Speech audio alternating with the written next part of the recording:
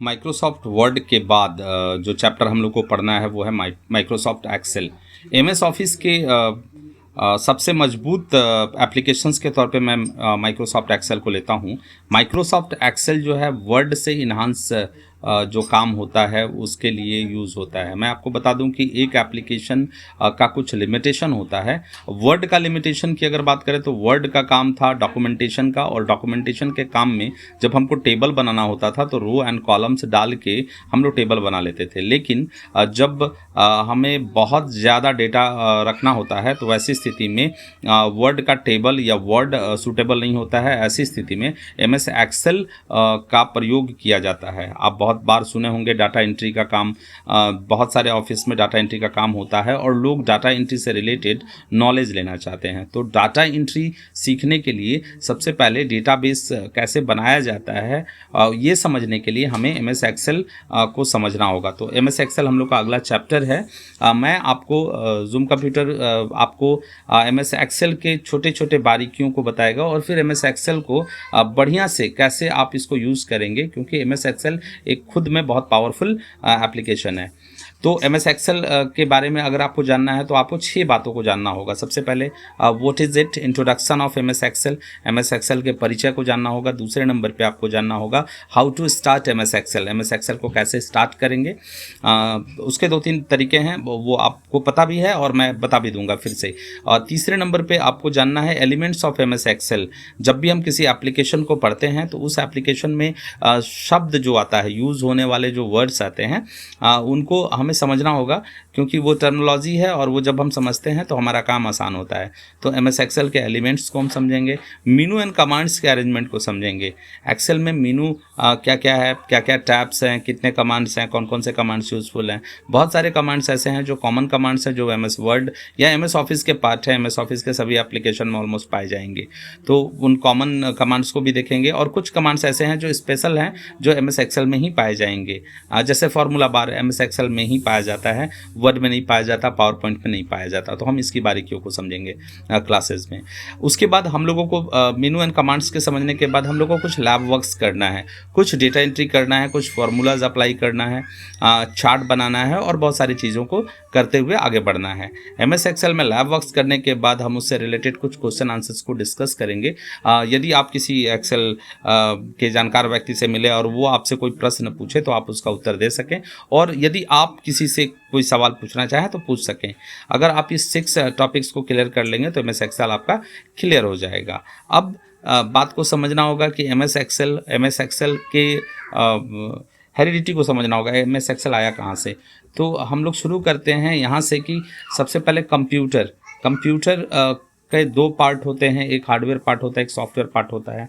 एक hardware part और एक सॉफ्टवेयर पार्ट होता है। तो हार्डवेयर पार्ट इस तरफ हुआ, सॉफ्टवेयर पार्ट इस तरफ हुआ। सॉफ्टवेयर की बात अगर करते हैं तो सॉफ्टवेयर में 2 पार्ट होते हैं, सिस्टम सॉफ्टवेयर और एप्लीकेशन सॉफ्टवेयर। सिस्टम सॉफ्टवेयर जो सिस्टम को चलाने के लिए सुचारू रूप से काम आता है।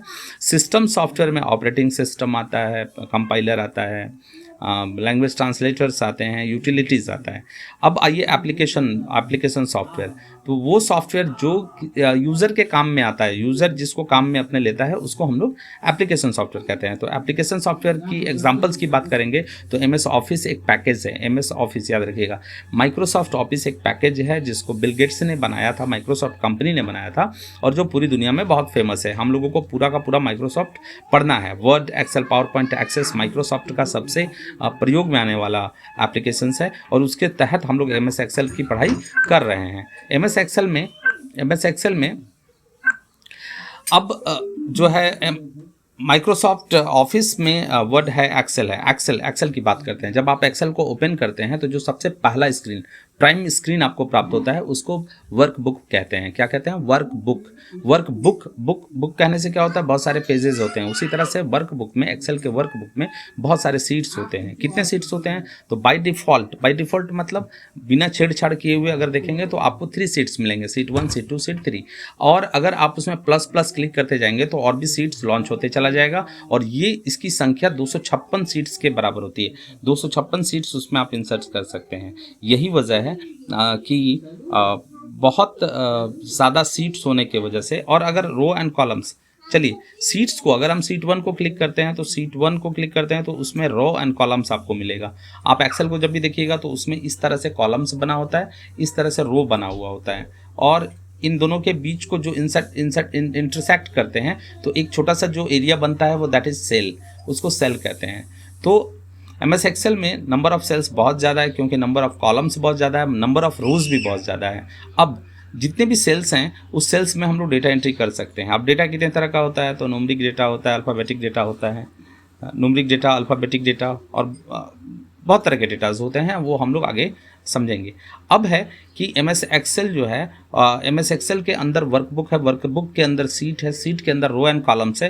रो एंड कॉलम जब एक दूसरे को इंटरसेक्ट करते हैं तो सेल बनता है। सेल का एक अपना एड्रेस होता है। अगर आप सेल, जिस भी सेल को आप क्लिक करेंगे वो स्क्वायर जो आपको दिखेगा, उसके ऊपर जाइएगा तो आपको कॉलम दिखेगा और साइड में जाइएगा तो रो दिखेगा। रो ऊपर का कॉलम्स का जो भी है D है सपोज, और इधर का 5 है तो D5 उसका सेल एड्रेस होगा। और सेल एड्रेस जब भी आप किसी सेल को क्लिक करते हैं तो ऊपर में देखिएगा फॉर्मूला बार के बगल में आपको एड्रेस बार दिखेगा, वहाँ पर आपको वो सेल एड्रेस दिखाई देता है।